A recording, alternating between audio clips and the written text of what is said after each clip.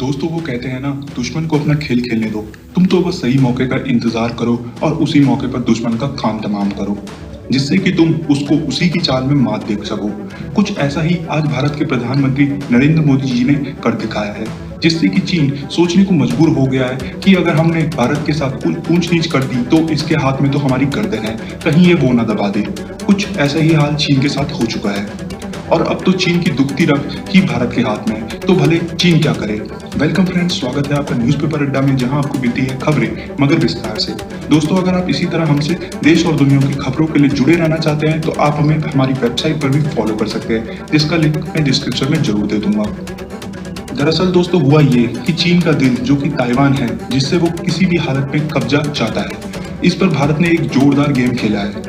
आप सब जानते ही होंगे कैसे चीन कोरोना महामारी के दौरान भी अपनी हरकतों से बिल्कुल बाज नहीं आ रहा है।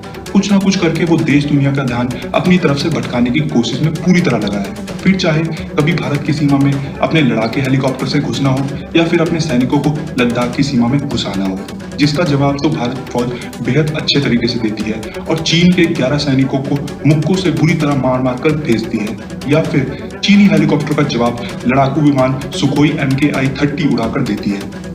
भारत कार्रवाई करने में बिल्कुल भी पीछे नहीं हटता दोस्तों, पर यह सब तो टेम्परेरी कार्रवाई है। मोदी सरकार ने सीधा चीन के दिल पे वार कर डाला है। आप सभी जानते होंगे, अभी हाल ही में ताइवान में इलेक्शन हुए थे और फिर से टी साई इंग वेन की सरकार बनी और कुछ ही दिन पहले उनका शपथ ग्रहण समारोह भी था।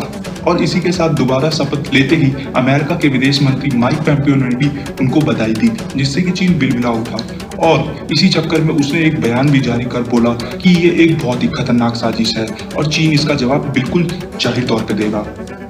तो देखा आपने, अमेरिका के विदेश मंत्री ने तो केवल एक बधाई दी और चीन बिलबिला उठा, और भारत ने तो यहाँ अपने 2 सांसदों को ही शपथ ग्रहण समारोह में भेज दिया। दोस्तों, ये बहुत ही बड़ा वार भारत सरकार ने चीन के ऊपर किया है। पूरी दुनिया जानती है कि चीन के लिए ताइवान कितना जरूरी है। जितना भारत को कश्मीर से प्यार है ना, उससे भी कई ज्यादा चीन ताइवान को अपने में समाना चाहता है, जिसके लिए वो अपनी संसद में कानून तक ला चुका है। और भारत सरकार ने उसी ताइवान के कंधे पे बंदूक रख सीधा चाइना के छाती पे गोली मारी है। पर दोस्तों, आप ये जरूर सोच रहे होंगे कि भारत सरकार ने इतना बड़ा कदम ले लिया और सीधा चाइना के छाती पे गोली मारी है, फिर भी चाइना चुप बैठा है। अमेरिका के बधाई देने पर तो उसने अमेरिका तक को धमकी दे डाली कि देख लेंगे। फिर भारत ने तो उससे 10 गुना बढ़कर काम किया है, तो चाइना आखिर चुपचाप क्यों बैठा है? दोस्तों, इसका एक नहीं बहुत सारे कारण हैं। चलिए सबसे पहले मैं आपको बताता हूँ। सबसे पहला कारण तो यह है कि अगर आप नहीं जानते तो मैं आपको बता दूं, कल ही भारत के स्वास्थ्य मंत्री हर्षवर्धन जी ने WHO के चेयरमैन का पद संभाला है और ये भी चीन के भीगी बिल्ली बनने में सबसे बड़ा कारण है। दोस्तों, अब भारत ने 3 साल के लिए WHO के चेयरमैन बन चुका है, जिसके तहत अगर वो चाहे तो चीन के खिलाफ पूरे जांच के आदेश दे सकता है और कोरोना वायरस का सच पता लगा सकता है, जिसके लिए अमेरिका, ऑस्ट्रेलिया जैसे देश भी भारत के साथ खड़े हैं। और चीन नहीं चाहता कि भारत कुछ ऐसा कदम उठाए जिससे चीन का मुखौटा पूरी दुनिया के सामने उतर जाए। खैर, इस पे तो आगे क्या होता है वो तो वक्त ही बताएगा, क्योंकि अभी तो भारत को चेयरमैन बने हुए केवल एक ही दिन हुआ है। दोस्तों, इसके अलावा दूसरा कारण ये है कि इस वक्त भारत को दुनिया की सबसे बड़ी बड़ी ताकतों को सपोर्ट भी है। अमेरिका ने तो खुले तौर पे भारत का साथ देकर कहा कि चीन एशिया में तनाव फैलाना चाह रहा है और कोरोना वायरस पे दुनिया को भटकाना चाह रहा है। उन्होंने भारत की चीन के खिलाफ कार्रवाई का भी समर्थन किया। साथ ही आप सभी जानते हैं कि कोरोना की मुश्किल घड़ी में भारत ने कैसे दूसरे देशों की मदद कर वहां हाइड्रोक्सीक्लोरोक्विन की दवाई पहुंचाई। फिर चाहे भारत, अमेरिका, रशिया, लगभग सभी बड़े देशों ने भारत का सम्मान किया और इसी दौरान चीन के खिलाफ दुनिया में आवाजें भी उठी। यहाँ तक कि चीनी सामान को बॉयकॉट तक कर लेने की लोगों ने ठानी, जिससे भारत को एक अच्छी खासी सपोर्ट मिला और चीन का नाम दुनिया में बदनाम हुआ। दोस्तों, तीसरा डर चीन को ये भी है कि भारत चीन के लिए बहुत ही बड़ा बाजार है। चीन भारत से सालाना कई बिलियन डॉलर कमाता है और हाल ही में चीन को 2 बड़े झटके भी लगे हैं और दोनों ही चीन को सबक सिखाने वाले नेताओं ने दिए हैं। पहला तो अमेरिकी राष्ट्रपति डोनाल्ड ट्रंप ने कहा कि हम चीन के साथ सारे रिश्ते तोड़ डालेंगे और चीन का इसके साथ सुनते ही गला भी सूख गया।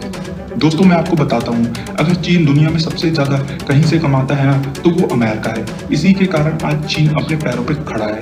अमेरिका और चीन का सालाना व्यापार लगभग $650 बिलियन से भी ज्यादा है, जिसमें चीन 350 से लेकर $400 बिलियन तक का मुनाफा कमाता है। तो जरा सोचिए, अगर ये पैसा चीन के हाथ से निकल जाए तो ड्रैगन को कैसा झटका लग सकता है। दोस्तों, इसी कड़ी में दूसरा झटका दिया है भारत के प्रधानमंत्री नरेंद्र मोदी जी ने।